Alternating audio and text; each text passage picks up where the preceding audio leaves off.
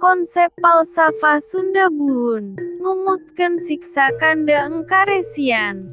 Naskah Sanghyang Siksa Kanda Engkaresian ngabogaan esi 30 lempir. Ditulis di tahun 1440 saka 1518 M. Naskah ieu disimpen di Museum Pusat Kuno Merkode Kropak 630 Manuskrip Sunda B. Sabagean esi ti naskah ieu nyaeta ngeunaan konsep falsafah hirup Sunda di zaman harita bisa dipedarkeun saperti kieu. 1.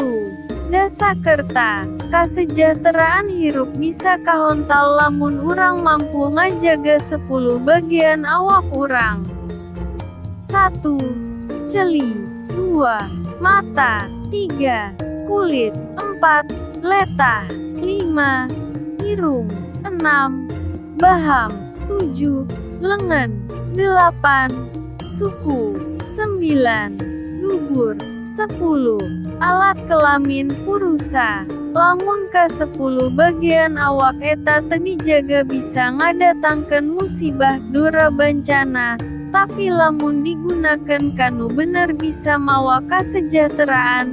Dasakereta. Cek kolot mah. Ulah sadengeun namun lain denge kehunana. Ulah saomong-omongna lamun lain omongkenan. Ulah satinggali-tinggalina lamun lain tinggalian. Tegesna sagala rupa nu aya di awak urang kudu dipake pikeun anu sakuduna dipake. 2. Dasa prebakti. Ajaran ieu nuntut kataatan saurang kanu sejenna lain kulantaran jabatana. Saperti, anak taat ka kolotna, istri taat ka carogena, murid taat ka guru. 3. Pancaaksara guru Ningjanma. Dina naskah Siksa Kandang Engkaresian dituturkan. Pancaaksara mabyak nu katongten kaureton. Kacakeh ku indria. Pancaaksara nyaeta fakta nu katinggali jeung kaalaman. Oge, ku indera, hartina. Pangalaman kudu dijadikeun salaku ajaran pikeun jalma. Ngaliwatan pangalaman ieu bakal menang hakekat ti diri manusa jeung lingkunganna. 4. Dharma mitutur. Pepeje ieu aya kaitana jeung kawajiban pikeun sakabeh jelema supaya diajar ti pangalaman jeung tina nungtut elmu. Saurang jalma kudu ngabogaan sikap temandang waktu.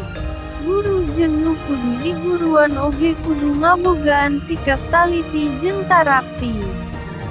Dharma pitutur ieu dipedarkeun ku sahiji siloka Sunda kuno saperti kieu.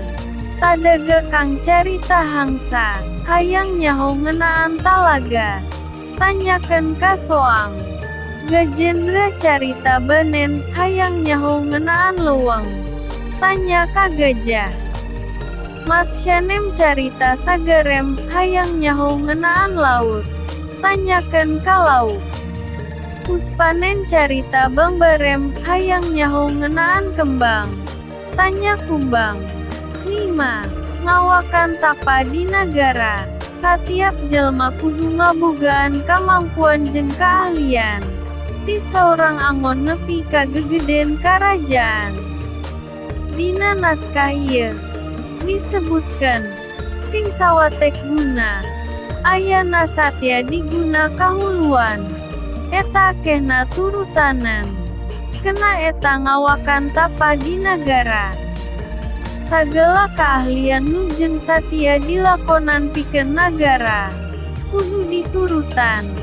Kulantaran eta ngabogaan harti ngalakonan tapa di nagara.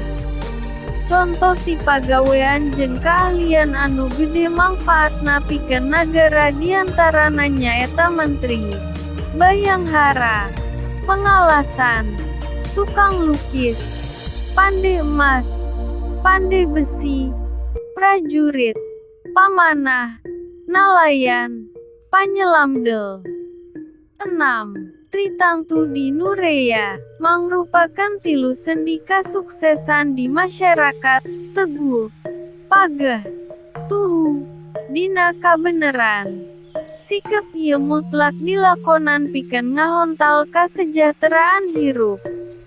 Lamun satiap jelma jujur jeung bener dina ngalaksanakeun tugasna maka sajahtera di kaler kidul kulon wetan jeung di mana wae nyadap handapan langit.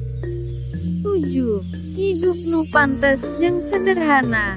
Satiap jalma dituntut pikeun terus nyiar pikeun nyukupan kahirupanna nyaeta pakan nu tiwas kalamang urip. Emat imeut rajen leken peda predana. Supaya tesangsara salilah hirup, kudu hemat jeung rajin, cukup pakaian. Sikap hirup nu saderhana teleleuwihan ieu dipedarkeun jiga kieu. Jaga ranghis tambah tunduh, nginum tuak tambahan aang, nyatu tanpa ponyo, ulah urang kajongjonan. Yatnakan maring ku hante. Sakuduna urang sare saukur ngalengitkeun katunduh, nginum tuak saukur ngalengitkeun hanaang, dahar saukur ngalengitkeun lapar, ulah leleuwihan. Inget lamun sahiji waktu urang teu ngabogaan nanaon.